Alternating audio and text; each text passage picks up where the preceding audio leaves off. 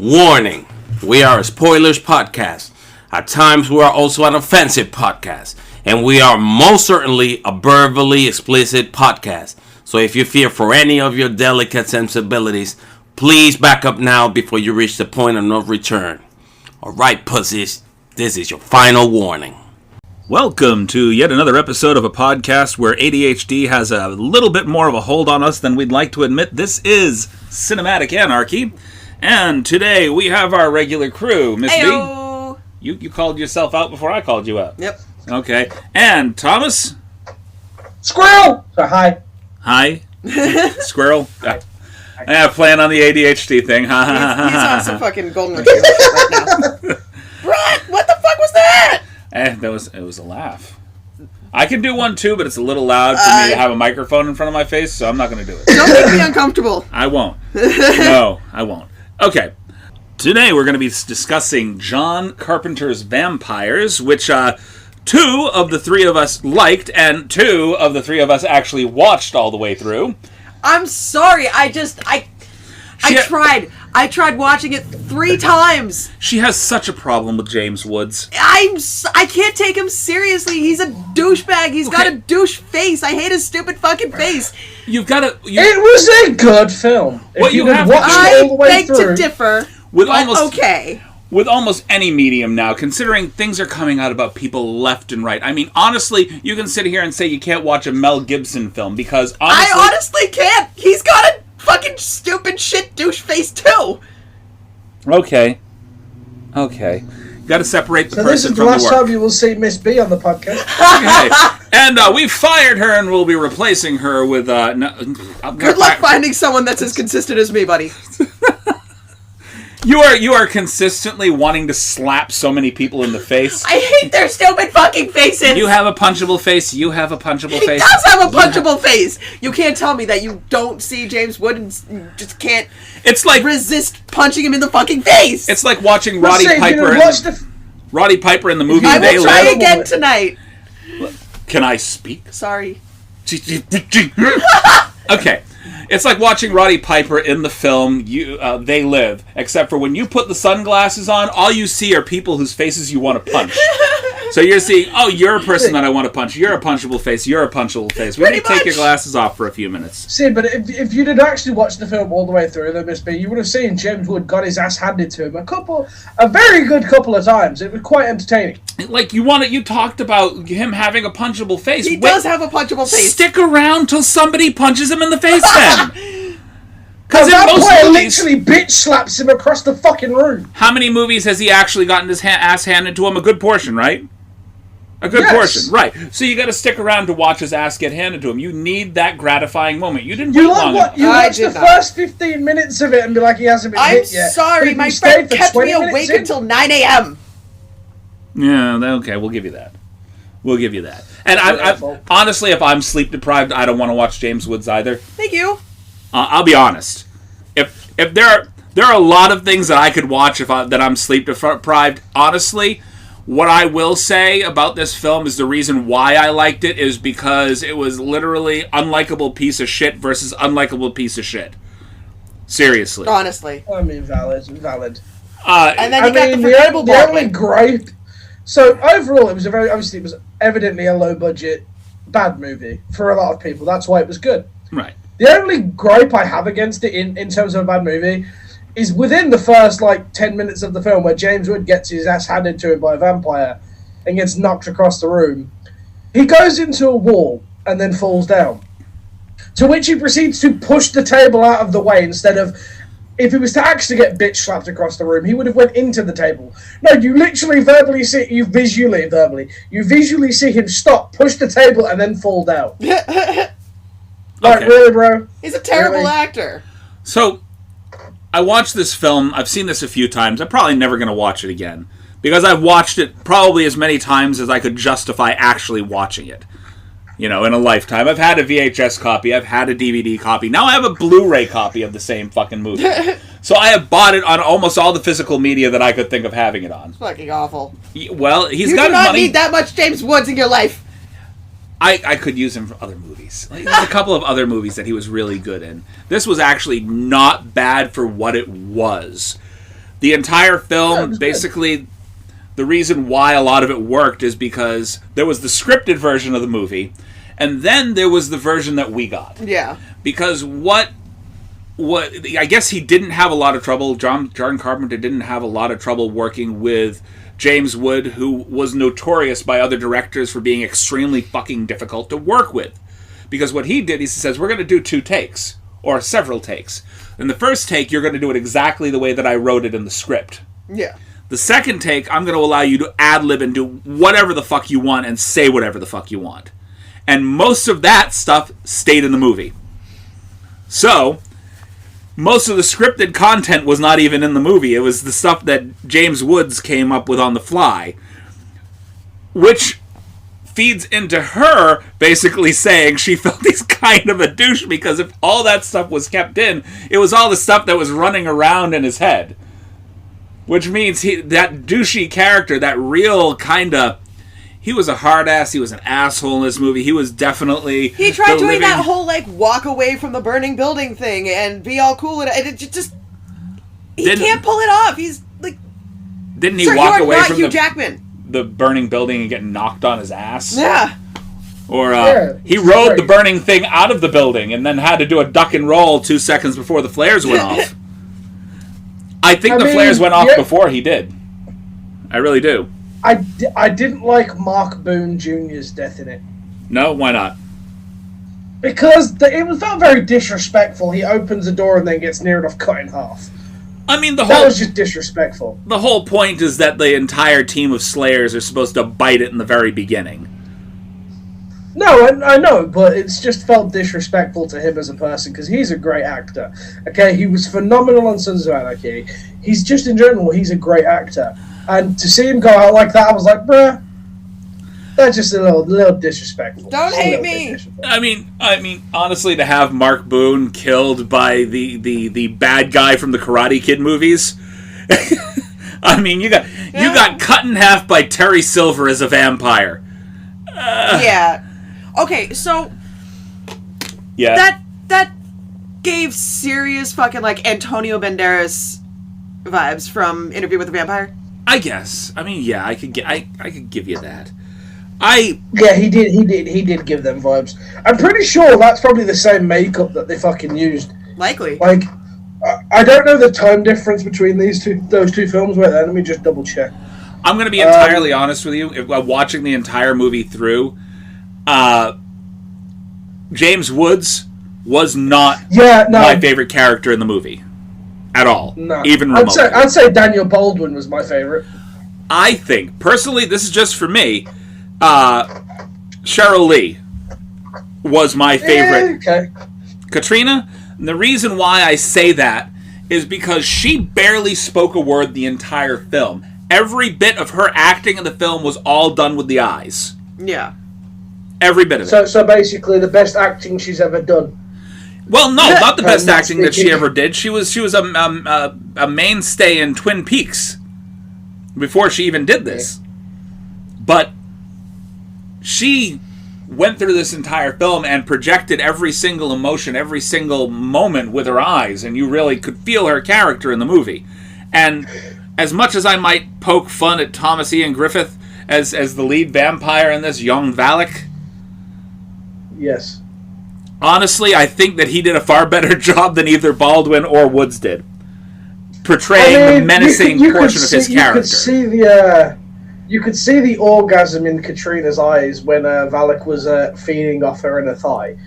Not just that, oh yeah, absolutely. She was orgasming. But every moment, whenever she connected with him, like on the other side, she had a freaking orgasm. You could see it on her face. Yeah. It was an orgasmic connection that she felt through that bite. The femoral artery on the inside of her leg. That's how she did the scenes. She just had a vibrator between her legs during each take. Okay. Maybe. I mean, maybe. Who knows? So just to give that authentic orgasmic vibe. Okay, we're all going to walk out of the room. We're going to leave the camera on you. Do what you need to. Oh my god. I need my space. OnlyFans featuring Tom. But no, Interview with the Vampire came out in '94. This came out in 98, so there is a high chance that they probably watched Interview with the Vampire, was like, oh, we like the way the vampires are portrayed in this film design-wise, and then kind of stole it for this, because that's what it gave. Just to feed back into Miss B, we do have an OnlyFans page now. We actually have an OnlyFans page with nothing on it. But, however, we you know, like I was saying, I'm gonna go and I'm gonna get a rooster. That's gonna be my part, right? My cock, and then we got her standing fully clothed in a bathtub singing sea shanties. Yep. And now Tom has to have his part. What's your part, Tom? Come on, come up with something on the fly. Whatever the fuck you want it to be, I don't give a fuck. It's me. I'm in self. Just me alone is enough for OnlyFans. Okay, just me speaking. So Tom is actually the hoe here. But it has to be the Scottish accent. No, Tom gets to be the hoe here. He's the one that everybody actually pays for him to do shit. Whatever they want. He just said right there, whatever you want me to be, whatever you want me to do. That is an atypical line for most prostitutes, man. I'm telling you. Just like, you know, I'll do whatever you want. I'll be whatever you want. Just give me the money. Give me the money. I'm not wrong. All that means is if things are going up my butt, I get the bigger cut. That's all I'm saying. Ooh, you're dying over here. We've had a couple of episodes where you can barely. You're choking on something. I don't know. I'll be quiet. Anyway. Miss B, she likes choking on stuff. We're not going to talk about these things. What? Just zip it. Okay. Anyway.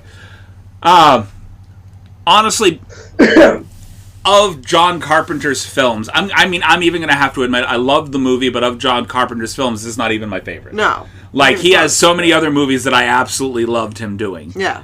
This would rank right in the bottom, like the worst of his films, as far as I'm concerned. But it's also the budget of this film, actually? It's also the one that he enjoyed doing the most because of the fact that he has been trying, like, he got into film because he wanted to do a gritty Western film. Yeah. And you could see that with how some of his films were. Like, you know, Big Trouble in Little China was originally scripted to be sort of a Western, but then they turned it into what they did. Yeah. So yes, so go ahead. Fun fact. The budget for this film was $20 million, and it only broke even across the world. They only gained about $308,000 profit off the entire film. And the funny thing is, this movie was supposed to be more gory than it was. It was supposed to be a lot more hardcore. They had to cut things back to meet the NC-17 rating. On top of which, this is actually only part of the budget that he was originally afforded. He was supposed to have a higher budget, but they slashed his budget in half, and he had to ride out the rest of the film on a much lower budget. So $20 million was not what he was originally given. But I think $20 million was probably the best bet, seeing as it only grossed basically about the same. If they had doubled his budget, like he got the original amount, and they still only grossed that much, this would have been a bomb. Then he would have been fucked. Yeah. Technically, this was still a bomb because $308,000 isn't enough for the studios to make their money back. You know, saying that we made $308,000 off of a movie that we spent $20 million on, that's nothing. Yeah, waste of the movie. Well, that doesn't even. I mean, that doesn't even. Its opening weekend, it only made $9 million. Right. I mean, you do not even pay the theaters that put this out, the vendors, the people that actually made the movie on $308,000. Yeah. I mean, can you imagine if you told James Woods, okay, we're going to let you film this movie, but you only get a cut of the profits on the film. That's your pay. And then you realize that it was only $308,000 that they profited. Oh, maybe James Woods should be a better fucking actor! Okay. I can give you that he might be kind of a douche. He's fine. You know what? But he's not a bad actor. I beg to differ.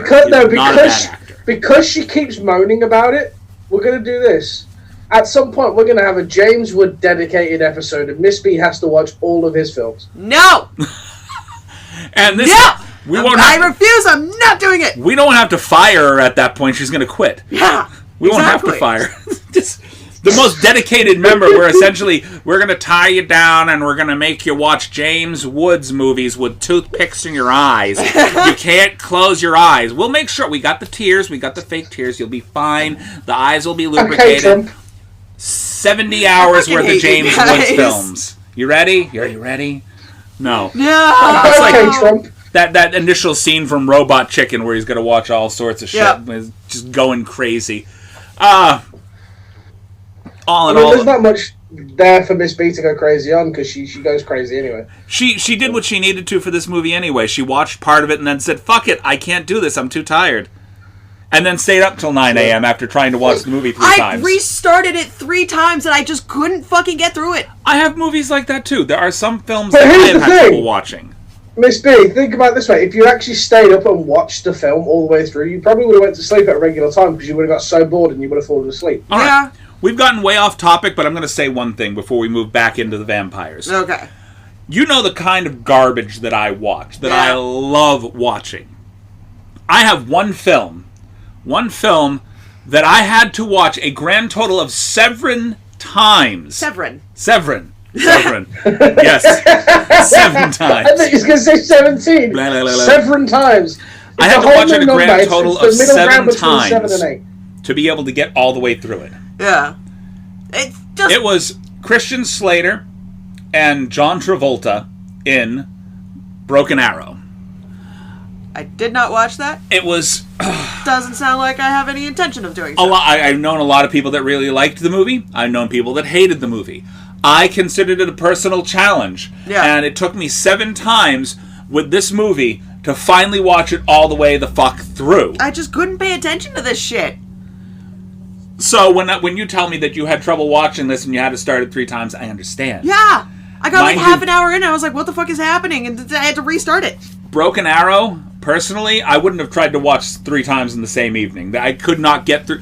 I could not torture myself enough for that. No. No. And I like John Travolta in some things, and I definitely like Christian Slater in some things. Yeah. But even I have to admit, they have had their seriously douchey moments. Of course. You have to take all the bullshit that you know currently about John Travolta and separate that and watch the movie. You have to take all the bullshit that you know about Christian Slater, separate that, watch the movies. Right? Because if you know all the bullshit about Christian Slater and you watched Heathers, Yeah. then you could see it and be like, I fucking hate this guy. Why am I watching this movie? I know that you have problems with James Woods. Deep-seated problems with James Woods. However... I hate his stupid fucking face! You hate too many faces. There's so many people you want to punch. And they're punchable faces! They're punchable faces. Some of them I agree on. I can't agree with James Woods. He has a punchable fucking face. He has a punchable fucking voice. I just want to kick him in the fucking throat. Look. He played Hades in Hercules. I'm aware. You can't damn And him you for like everything. Hercules. Separate the guy from the stuff that you're watching. Okay, I'm okay with Hades because I don't have to look at fucking James Woods' stupid fucking face. But the face in Hades was modeled off of James Woods' face. I guess you can take It pleasure in the actually fact was. that his head was set on fire most of the movie. Yeah, thank you. So, okay, I guess you could take that pleasure. Fine. He got the shit Fine. end of the deal with Zeus. Fine. I'll give you that. Fine. Let's move back in. Insert eye roll here. Let's move back into the movie and we can finish up talking about vampires. So I liked a lot of what the movie was about. I mean, we're not really spoiling anything in this film. What was your favorite scene in the movie of what you watched? Honestly, my brain's farting. I'm gonna need other people to go before me. Okay, what was your favorite scene?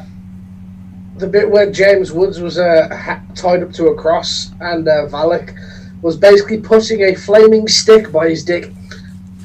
Right. They were going to basically burn his dick off if the priest didn't come down off the roof to finish the ritual. Yeah. Right. But it wasn't that, while they were trying to show him, like, the fire was near where his dick was, but he was just talking about dropping it into the bundle of sticks below his feet. Even though... No, because he even stated that his groin was going to burn off. He even states that to the priest because he tells the priest, like, come on, hurry up. Burn him dick first? Is that what that whole thing... We're going to light the fire using his dick as the wick? Yes. Okay.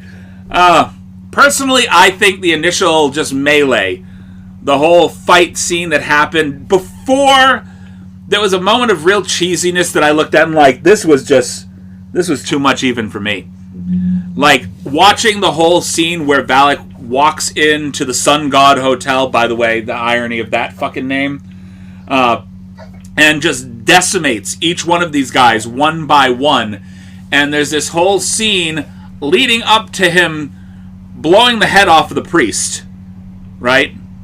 Everything before that, I was good with. That was my favorite part.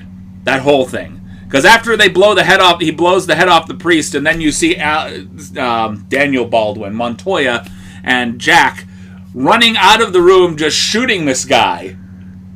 That didn't feel believable to me. Like, there's no reason why Valak shouldn't have gone right after them right there. Why did he let them get away? Did he want to chase? Did he want to run after them, Terminator 2 like style? To play with their food. Yeah? Dramatic effect. Yeah, right? Dramatic effect. Okay, fine. Just standing there while you're shooting a vampire that's literally not affected by a fucking thing you're doing. Like, after the first few bullets, why are you shooting him? I mean, he could definitely come after you like this. Like, is there anybody else here that felt like he should have drank, like, a bottle of water or a bottle of blood just so it just kind of seeped through the holes? Give the whole cartoon effect? Okay, yeah, that would have been funny. That should have been like an outtake or something. They could have just had that, like the bleeding suit where it's just like rivers of blood coming out of the gut and the back and sides, wherever he was shot. Yeah. So that was probably my favorite scene. Do you have any? I don't know how far you got into it. I didn't get half very an hour, far. she stated. I didn't get very far. She stated 30 minutes into the film. Well, that was the first attempt. That was the first attempt. How far did you get, like, in total? Like, what is the last thing you remember watching? Let me see. Let me check my fucking Prime. Because as of right now, her favorite scene is when the thing fell off. Like, the last scene that she watched before she turned it the fuck off. That's what it is. Okay, so to give you guys a little bit of an idea of how weird this movie really could have gotten, the two people that were slated to actually act in this movie, originally for Montoya, which is Daniel Baldwin's character, Carpenter wanted Bruce Campbell. And for the lead, played of Jack Crow, they originally wanted Daniel Baldwin's brother, Alec Baldwin. Alec Baldwin passed on the movie, and that's how James Woods ended up in the role. So yeah, this film would have been a lot worse if Alec Baldwin played Crow. That would have been a lot worse. Facts. I don't know about that. I mean, I think that I probably would have preferred to see if Alec Baldwin could have pushed himself like that. Like, I think this kind of acting came naturally to James Woods. I really feel that this whole persona was very natural for James Woods, and that's why it was so good. But I really would have loved to at least have seen Alec Baldwin try to come up to that level. Because I don't know that Alec Baldwin, he can do the really nice thing and he can kind of play douchey characters, but I don't know that he could bring it up to that level. And it would have been interesting to see him actually push himself. He would have actually had to got in shape for it, and I don't think he would have done that. Do you know that originally they had several actual people that they wanted to try to get in there, not just Alec Baldwin, but they were also thinking of people like Clint Eastwood, Tommy Lee Jones, Danny Glover, and Dolph Lundgren, all to play the Crow role. Fucking what's his name? You literally just said it. For some reason, it's fired out of my head. Clint Eastwood. If Clint Eastwood done it, that would have been a really great version of the film. Absolutely. Because he really could have done that role justice. Like, he could have I might actually be able to pay attention if it was Clint fucking Eastwood. I don't know. I'm trying to picture Clint Eastwood doing a whole Dirty Harry thing across from Daniel Baldwin back then. Obviously, you'd have to change Daniel Baldwin for somebody else. I think Bruce Campbell, a younger Bruce Campbell, would have worked better in that rather than Daniel Baldwin across from Clint Eastwood. Yeah. I don't think they would have worked well together. For sure. I think it would have even been interesting to see Danny Glover back then in this role. Back when he was still doing the Murtaugh role. Yeah. In Lethal Weapon. I think that would have been interesting to see. I could have seen him playing across from Daniel Baldwin with no problem, and Bruce Campbell even. Though I think Bruce Campbell probably wouldn't have been able to do this completely straight. Because Daniel Baldwin, for all of the fact that I didn't really like him too much in this movie, he played Montoya fairly fucking straight throughout the entire film. There wasn't a lot of comedic relief with him. I mean, he from what I could gather, his character pretty much wanted to fuck almost every vampire because, like, he kept it was very much insinuated by the crew, right? That he wanted to fuck him, and even when Jessica, Katrina bites him in the car, right? He almost kind of goes, "Oh yeah, do it." Like he almost goes in for it, like lets her feed on it instead of trying to push her off. Well, he tried to push her off at first, and then just leaned into it, just gave up. Like, nope, just keep going. I'm fine with this. He was getting aroused by it. Yeah, he's getting aroused by it at that point. My thing is that she was more than willing to leave him dead on the side of the road. Like, whatever. Well, I guess technically she would have turned him, and he would have been one of Valak's minions. But well, he was going to turn, wasn't he? But then he killed himself. He ran off with this girl while she basically just kind of killed him, made him undead. It's like, oh, this is a wonderful... You guys are perfect for each other, just like he said at the fucking end of the movie, because we're absolutely perfect for each other. Yeah, I mean, that's right. You guys are both a little fucked up and want to do fucked up things with each other. You dropping things? I dropped my bottle. Sorry. Yeah, loud and clear. Loud and clear. Sorry. All right. Worst scene in the movie. As long as it doesn't blow up in your face again. Worst scene in the movie? Worst scene in the movie. Every scene with James fucking Woods. I know what you're going to say. Ziz! We're talking... it's just me and Tom right now. Okay. Me and Tom right now. Okay. Yeah, you just sit there, be quiet, and look pretty. Aww. Yeah. Oh, I'm pretty? I would have expected a different reaction out of you. You guys can... Fuck you, I'm more than a pretty face! No, I was thinking probably that initial beginning fight scene where, obviously, like I stated, where he pushes the table out of the way to fall down. It was just stupid at that point. For me, it was one of the beginning scenes, too. It was the initial vampire kill that they drag out, and they're supposed to get things set up for the next one to be dragged out, but Daniel Baldwin takes this time to pull one of the first skulls out of the fire, and he goes, "Hey, Padre, want a little head?" And then puts it on the roof. He played straight for the entire movie, and that one joke I was like, I can't, no. Just go back to playing it straight, man. Jeez, stop. Anyway. And I already know what your answer to this is going to be. We just went over this. You can watch the movie. Worst actor in the film. Worst actor. Yeah, see, I knew what your answer was going to be. You know James fucking Woods. You know what I told you. In all honesty, my honest opinion, I need to get the IMDb up again for this one. You have to get the IMDb up. I don't know the actual actor's. I don't know his name. Gregory Sierra. Okay, and why? He just didn't give me Priest vibes in any way, shape, or form. He just kind of lacked it. I got very deep out of his element Priest vibes. Like, I kind of felt it. Like, he was probably the most clean portion of the movie, and when he tried to fall in with the filthy language that friggin' James Woods was just rattling off left and right, he just didn't feel comfortable there. I felt him as weak. I didn't feel him as a slayer. I didn't feel him as a fighter. He kind of had that sniveling, weakling, kind of pissant thing going on, and he did well. He did well doing that. I think the worst use of an actor in this entire film was Cary Tagawa.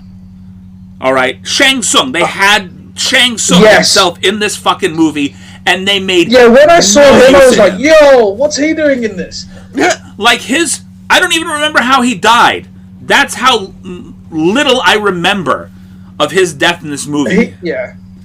And the fact that they gave him... He could have been more useful. He should have been, at the very least, he should have been the guy that was cut in half at the door. The most memorable death, because he had the biggest face. The most memorable face out of anybody in that group.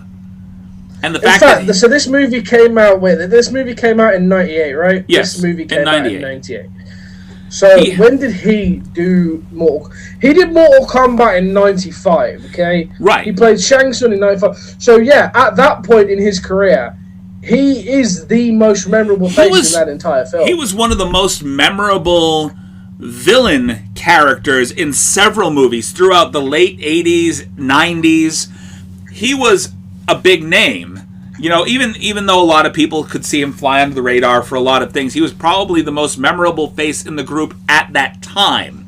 And the fact that they buried him in the cast gave him an unmemorable death, and he died within the first 20 minutes of the fucking movie. That was a complete waste of that guy. I could have seen him. I would have enjoyed him as the priest character at the end. Another film he did in '96, like not long after that, right? After playing Shang Tsung, was The Phantom with Billy Zane. Right. Yes. And he was phenomenal in that as well. So his death was just that. Yeah, the fact that he has an unmemorable death was really, really shitty. It was the worst use of an actor in this movie, completely. Yeah. Like, there's so much they could have fit him into, and he bit it quick. All right. So, I'm going to let you rate the movie, 2. even though you didn't get to watch it. I gave it a 2. You gave it a 2. 2. 2 for too difficult to watch and keep awake during. For you. Yeah. Anyway. For you. Yeah. For you. Yeah. Anyway. In terms of a low-budget, terrible film, I'm going to say 7. In terms of a low-budget, terrible film that was good, 7. I don't think I can even be that nice about it, only because we're talking about a film that has John Carpenter's name on it. And even if you take it at face value, take how much money they put into it, you know, and take the actors that were involved in it, this could have been a much better movie. It really could have if they hadn't shortchanged him on the budget. Like, I wondered what he would have been able to do with $40 million for this movie. He had $20 million and came up with this. Back then, $40 million would have been a lot for this film. It would have been a lot for this film. But also, you have to keep in mind, this film is the way it is because of the budget he was given. So he initially had a much larger budget. They cut it down to $20 million. And that's how he had to proceed with the movie. So he probably had... This is bigger budget ideas. My rating scheme, the reason why I say 7 is me being generous. There is not a film I've seen yet that we have spoken about that is worthy of a 10. Let's put it that way. Okay. Facts. Okay. I mean, there's a couple of movies that I personally very hot. There's a couple of movies from early seasons that I would have probably gotten close to a 10. Yeah. That being said, that's not what our podcast is about. We're not usually watching, movies that are a 10. We don't usually do that. I mean, let's put it this way. Just to give you context of how hard it is for me to rate a film. Endgame isn't even a 10. Okay. I wouldn't rate Endgame a 10 either. 8.5. Yeah. I wouldn't rate any fucking Marvel movie a 10. No. Sorry. No. But that being said, me personally, for this movie, it wasn't one of John Carpenter's bests, even though I love John Carpenter. It probably wasn't even the best movie that came out that fucking year. I think that it should have done better. I might have given it like about a 5.5 at best. Okay. Based off of his track record, he's done better movies. I've enjoyed other movies of his, and you've actually been able to sit through a couple of his movies. Oh yeah, absolutely. That we've watched he's not in the a bad past. Fucking he comes out with great movies. So why don't we this was meet one of them. the middle ground on R1, Chris, and call it a 6? Okay, so we'll call it a 6 because we're disregarding Miss B's 2 because she doesn't count. I could legitimately give her 2 consideration if she had watched the entire film. Yeah. Okay, so I would be able to take your ridicule of James Woods and giving this movie a 2 if you had watched the whole film through. If you watch it through, listen, I'll I come could back. watch Human Centipede and sit through that. I could not fucking get through this movie. We can talk about that another time. Blech! Yeah. Anyway, I refuse. We're going to take a few minutes before we come back. We're going to let our sponsors speak for ourselves, and then we'll come back with a nice pitch storm. Yeah? Yeah. Mm-hmm. Bringing us back in from the deep, dark depths of those warm and moist advertisements. Are you ready for this, baby? It's the pitch storm. Okay, you can take your fingers out of your ears. Uncomfortable! Come on, yep. She was so uncomfortable for that whole thing. Never again! Well, perfect. It was so good. Is that how you talk to your wife? On a good day. Oh my god! I mean, whatever. Hey, okay, look, we're doing the pitch storm now. This was Thomas telling me to come in hard, as it were. Yeah. Anyway, Yeah, so, which actually fits with the pitch storm theme of the day. And if people did not check out Uncomfortable after that, listen to me talk like that. It's Tom's fault. It's Tom's fault.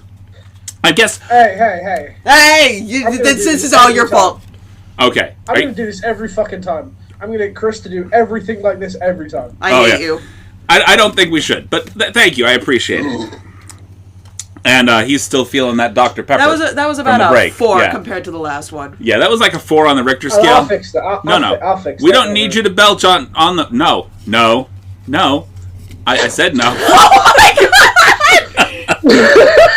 You're a dick, Chris. That's all over my TV. Literally, it's all over my fucking TV. You asshole. Why did you make me laugh? It's not my fault. You can't keep it in your mouth. It's not my fault. Let me... You're a quitter! He didn't swallow! Yeah, okay, well, we've established that he spits and doesn't swallow now. Quitter! Okay. Alright. So, I'm just going to go ahead... You dick. It's everywhere. While Tom cleans himself up after spitting all over himself, we'll go ahead and just tell you what the premise of our pitch storm... You can hear everything, right, Tom?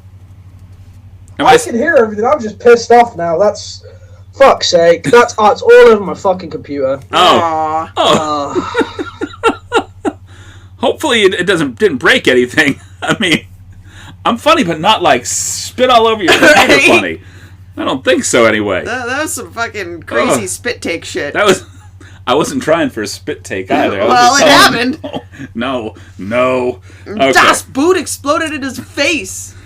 Exactly. That's an episode or so away or back. I'm not sure. We're kind of bulk recording, so if some of these fall out of line... Das Boot! Yes. Beer Fest, I'm not sure if we've done it already or haven't done it already. If it's out, because we are disorganized as fucking hell. So several years ago, I was at a friend's house, one of my old pit rat friends, and they brought out Das Boot filled with whiskey. What? Yeah, to the brim.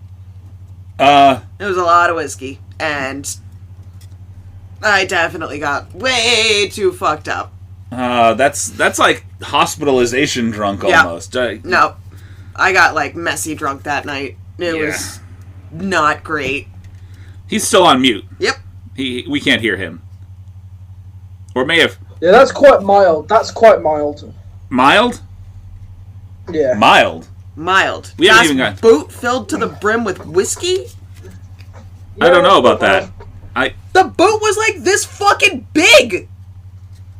I'm not sure if I can judge your assessment of mild. You haven't seen me drink yet, have you, Chris? Oh, that's why. Honestly, I'm pretty sure I did end up dropping the boot. I don't think I've ever seen him drink. Have you seen him drink? I think so. There you go, buddy! Okay. I'll give it a 7.5 on the Richter scale. That's good. No, that deserves a 10 because you fucking made me spit everywhere. So I'm giving you an extra 2.5 points because of the disaster that you made of your computer when I made you laugh. I'm cleaning up still. Because of you, Chris. Because of you! If anything, Because of you. If anything, I should rate it a 5 based off the fact that you spit instead of swallowed the last time. Quitter! I couldn't because it fucking went all in my face. Giggity. Giggity goo. Ah! All right, so let's get into the pitch storm here while he still continues to clean up all sorts of things. It's on the floor too. Yes. You that's sticky? The biggest spill it fucking made. That's why I'm annoyed. Aye. Okay. Well, let's try not to do that again. All right, moving on. We picked our 2 celebrity guests for this particular, well, not guests because they're not going to be on the podcast, yeah, right. But we are going to put them through the ringer of a particularly horrendous movie concept. Our pitch storm today is going to feature Miss B's choice, Jane Lynch, and the choice of Tom. Ricky Gervais. Okay. I'm trying to get him to pay attention there for a second. I think he's still cleaning. Okay. Well, he's still doing his thing. Please don't laugh again. Yeah. Try not to laugh again. And let's try not to burp too many times. Yeah. I mean, it's a little much this time around. A little much. That was the last one. That was the last one. For now. Until you press the button again. The premise of our film this time is a single mother, haunted by the death of her husband, battles endless hordes of angry anime porn tentacle monsters. Yes, it's so perfect. And the that's ridiculously perfect for Jane Lynch. Right? The director's notes are: what if every character died by the end of the movie? I mean, every character. Sounds like except Jane Lynch. No, every character. Every character. Sorry. Right. Them's the notes. Okay, it's fine. Everybody has got to be off. And then she takes over fucking hell. We need to make her husband somebody who's like ridiculously like attractive and young. So like, there's no reason why he should die, but it's someone who's very evidently way out of her league. But love is love, remember? So ridiculously attractive and young. I'm not gonna go for and young, but Skeet Ulrich. No. When I say young, I mean like compared to her, young. Okay. I still stand by Skeet Ulrich. That is a beautiful fucking man. Skeet Ulrich. Okay. Well, also we're talking Jane Lynch here, didn't she? Isn't she? Listen, buddy, Skeet Ulrich can make someone melt just by just looking at them. That's not what I'm talking about. We can go LGBTQ on this. You know, we don't have to stay inside the box. So we're talking young, ridiculously attractive. Olivia Wilde. I was thinking Matt LeBlanc, but Matt LeBlanc when he was in Friends. Yeah. Oh no, Matt LeBlanc back when he first debuted on Married with Children. Back when he was in like he was good looking. Don't get me wrong in Friends, but he had far outgrown the boyish good looks that he had back in his first couple of shows. So he had like a couple of spin-off shows like Bobby and Vinny or something like that, and he played like a hairdresser or something in the first spin-off. It was weird. Honestly, it was weird. But I can get. What if it's a throuple? Yeah. Ooh. That Matt LeBlanc. Okay. Yes.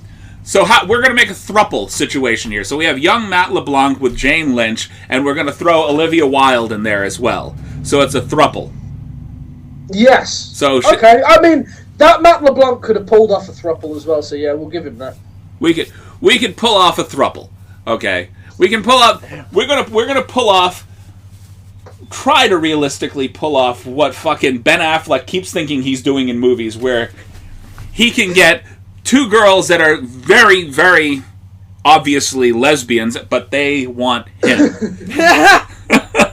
Okay. Like, there's not another guy on the planet we would think of. That Matt LeBlanc could do it. That Matt LeBlanc could do it. Or we could do that. What is that one movie that he did where he was in drag 3/4 of the movie? Is it all the King's Men or all the Queen's Men? Where him I and did not see that. Him and Eddie Izzard were in drag through like 3/4 of the movie. I think they're going by Susie now. Susie? Yeah. Okay. Well, I'm going by what his stage name was back then. He was Eddie. Gotcha. He was Eddie Izzard before he went the other way. But he's pretty sure he's gender fluid. Oh, okay.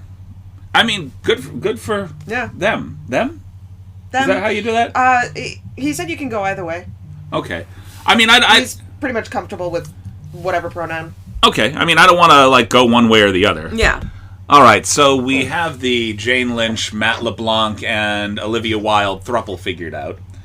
We don't know exactly what they're doing yet, but now I have an idea for Ricky Gervais. Okay. So the thought was that technically Ricky Gervais could be representative of Jane's dead husband, but I want to go a little step further than that. So we're bringing tentacle monsters into this. So what if basically Jane Lynch's husband dies in a horrific accident? Okay. Right? He's dead. She doesn't know he's dead. Okay. This tentacle monster, whatever, has decided to emulate her husband and slip into the bed where this guy had just passed away. So nobody knows he died. This basically the tentacle monster takes over his persona, basically morphs. I don't know. Shapeshifts, yeah. We'll take the Power Rangers thing out of my brain right now.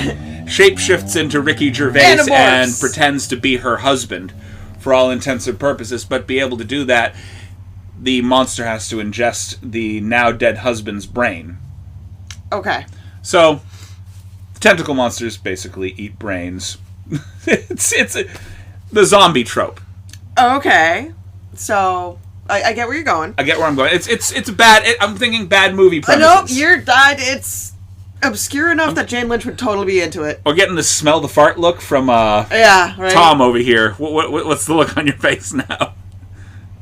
I'm contemplating what you said. I don't want Ricky Gervais in this film. You don't? I don't. Why not? I was thinking more along the lines of Morgan Freeman. Wait, hold on. This is your pick. Voicing the tentacle monster. You picked Ricky Gervais.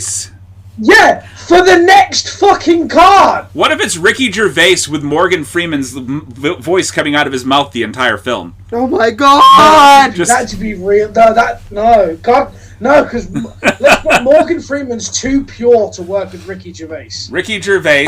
Okay. Being Ricky dubbed Gervais. over by James Earl Jones. The entire film. I was gonna say like Hugh Jackman. Hugh Jackman, like his natural accent. Ricky Gervais. So I mean, I could see that. Right. I want Ricky Gervais for the next card. Okay, it's for the next round, I guess. Okay, I don't have a second round picked out yet. Yeah, but you can. You could get one. I can, but this is going to run long if we keep this up. We keep switching things up. I don't care! Okay. So aggressive. Calm your nipples. Jeez. Oh. Relax the calamity in your memories, buddy. All right, so we're switching out Ricky Gervais. We don't need Morgan Freeman. Find somebody else with a voice. If you don't want to do Ricky Gervais, this is your guy. Who's the tentacle monster? Who is Jane Lynch's former husband that is now the tentacle monster? Tom Hiddleston. No. You want a voice? That'd be perfect for it. Okay. Christopher Judge. Oh my god, yes! Okay. So we got Christopher Judge now as our tentacle monster and Jane Lynch's former husband. I love it. I want to go the entire movie thinking that Jane Lynch is the protagonist in this movie. Like, she's really killed. She thinks she's killed her husband. She thinks he's acting weird because of something she's done. Maybe she's resentful against him for something. We don't know. We don't know this, though. We don't want to find out until at least 3/4 of the way through the movie that the reason why he was in this horrific accident is because of something she did so she could be with these other two people. Okay, so she could be with Matt LeBlanc and Olivia Wilde. I keep wanting to say Olivia Munn. Who the fuck doesn't want to be with Olivia Wilde? I mean, I keep thinking you're about to say Olivia Neutron Bomb, if I'm being honest. Olivia Neutron Bomb? Every time you say Olivia. Olivia Newton? John? Olivia Neutron Bomb. We always know her as Olivia Neutron Bomb. That's how we know it. Sure. Okay, then. Yeah. No, that's how we know her. From Greece. That's literally what we refer to her as over here. Olivia Neutron Bomb. That's hilarious. Starring Olivia Neutron Bomb and John Travolta? Right? Okay. I mean, Neutron Bomb sounds a lot more interesting than Newton John. I mean, I could go with it. Yeah. I could go with it. You'd have to cultivate a very, very different persona, though. Neutron. Very different persona. Anyway, so moving on. Tentacle monsters have come to Earth, taken over the body of Chris Judge, the ex-husband who has basically was supposed to be dead. Sexiest voice alive. Definitely dead. That's a fucking lootly. Where are we going with this? Teal'c was my shit. Okay. We're just talking about. We're just kind of establishing his voice at the minute, because it's just. As a straight man, even I have to say. So, I mean, all the more power to you, Tom. As a straight man, I'm not saying. Because you don't know Christopher Judge like we know Christopher Judge. Okay. I mean, I can give you that. I don't.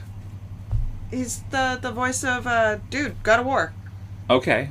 Kratos, yeah. I didn't want to say anything and sound like an idiot. Kratos. I mean, I know who God of War is. Yeah. I mean, but Stargate SG-1? I know Christopher Judge. I mean, I know he was Stargate SG-1. He's been in almost all of the Stargate shows as well. Yes. He was the one guy that transferred from the movies into the TV shows that tied the whole thing together. Because his lifespan is ridiculous with that fucking symbiote. But anyway, I mean, so Christopher. Well, oh my god! Go ahead. It's like we could kind of sneak in a little bit of Stargate in this one. Jafakri! The tentacle monster does not consume the dead husband. No, it enters through his stomach and then takes over his body. So it is still the husband. He turns into a Goa'uld. But he's dead. He's dead. For all intents and purposes, the actual husband's consciousness has left the body. Yeah. But the tentacle monster is keeping it alive. Shit. Why don't we make it instead of the stomach, though?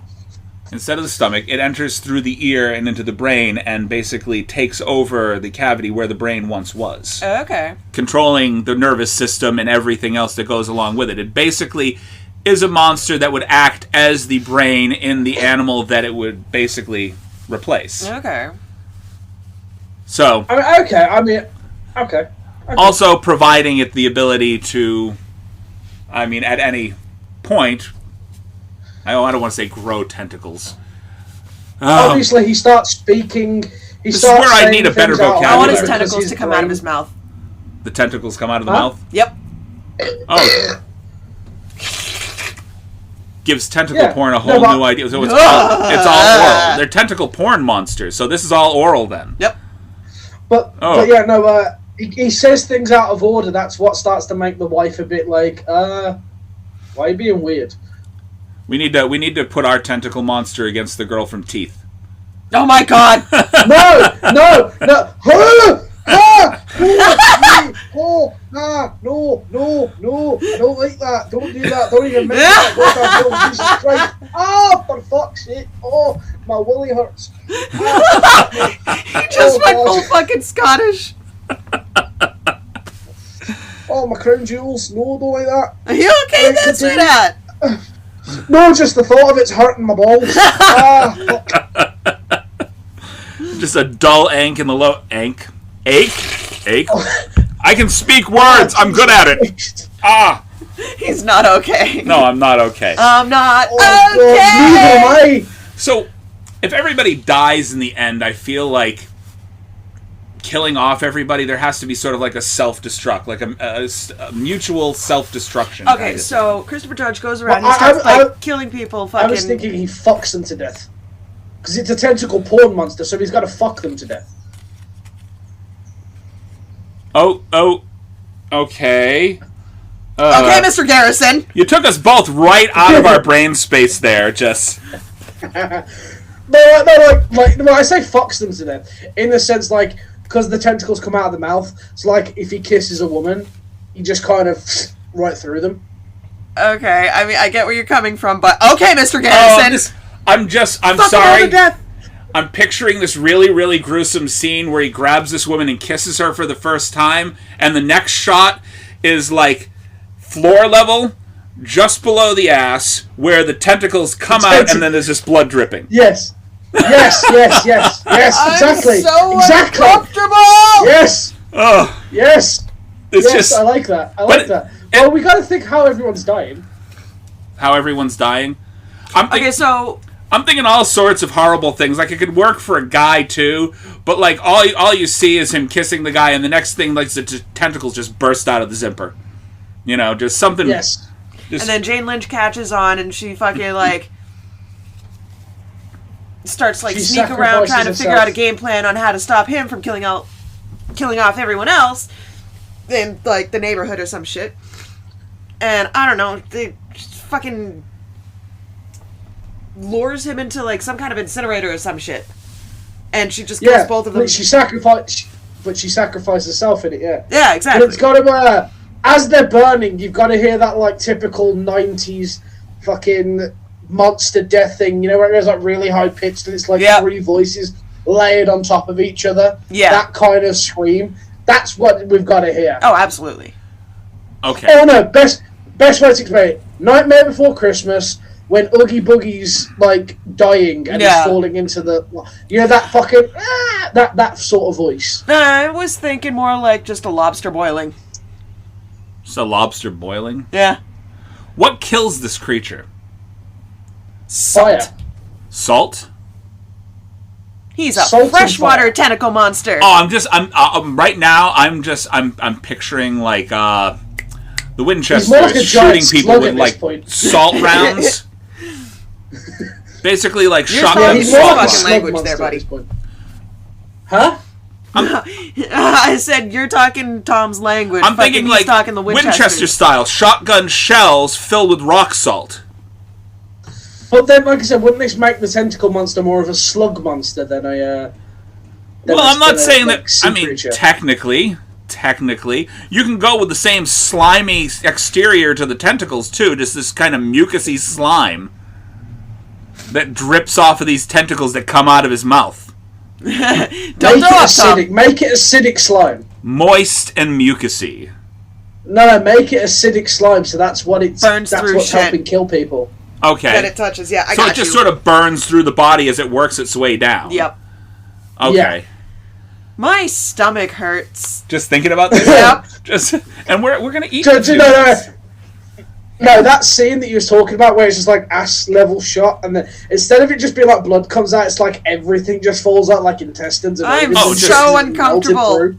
Just like eviscerated organs just fall to the floor. Yes, Okay. exactly. I see what Yeah. you're saying. Okay. And you didn't want to talk about human centipede. Just a pile of steaming organs burning in acid. Yes. Yeah, you want to talk about this? This is far This is- worse than that. Right? We're taking like We're tainting comedic- Christopher Judge's fucking... We're taking comedic horror to a very depraved level here. I'm so uncomfortable. Like I feel very like depraved. Christopher Judge would be down to do this though, because it's something. Oh, well out of his absolutely. He's comfort got a zone. He'd be great like, sense you know, of yeah, humor. fuck it. Yeah, I mean, okay, you'd have to have a depraved sense of humor for this. Just God, he's got a fucked up sense of humor. It's great. okay, No, it's one of them. It's well out of his comfort zone enough that he'd be like, you know what, I will try it. Yeah, Let's see right? what it is. This is, mind And you, if a it lot of does this well is enough, I'll just do a sequel. born out of the fact And that Jane I've Lynch watched just makes some. it perfect. I've watched some disturbing movies on you guys' behalf lately. I really have. You know, in an upcoming episode, we'll be talking about the movie that shall not be named for Thomas. Human centipede. Right. This should involve a new person for us, Miss Jessica. You're She, mind you, I'm saying in the future. in the future. However, it may happen before this. I don't know yet. Who knows? Yeah, I don't know. probably. We're This is pre-recording probably going up right after that episode. with absolutely no mental plan, Right. just none. It's like, when is this going to come out? Whenever I put it out. Okay. No, You'll get it when you fucking get it. Add this. No, the bit that's going to make me laugh is you add this pitch storm on the end of that recording of that episode. So you're talking about the future when it's already happened before they get to this point. Fair enough. All right.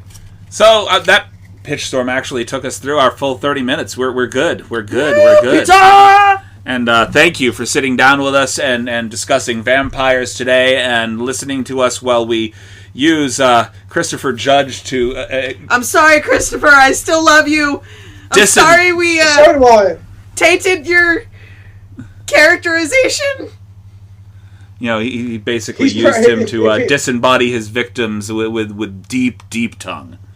Deep tongue. I'm so Yeah. uncomfortable. Hey, if he listens to this, I would love it if he got in contact with us, being like, "Yo, I like the idea. Let's make the movie." Oh my god! I could think of several actors off the top of my head that would be so down for something like that, but I honestly, considering what he's been associated with, that's not one of the people that I would have thought of. Yeah. I honestly, no.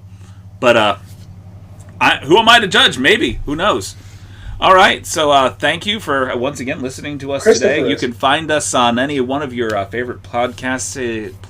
Podcasting platforms. I lasted the entire podcast and didn't stumble on my tongue. You should And drink some here, fucking water, you thirsty bitch. I am a thirsty bitch. Any one of your favorite podcast listening platforms, apps, or fucking wherever. Spotify. We can Spotify. do words. Anchor is no longer Anchor. Anchor is Spotify for podcasters now. So all those advertisements we used to have are no longer there for Anchor, and we are trying to boost listenership to get some kind of sponsorship back. But until then, thank you to our friends over at the Two Chicks Talking Flicks podcast, who is allowing us to post some of their information for our mid-roll. Woo! Thank you. And drink some fucking water, you thirsty bitch!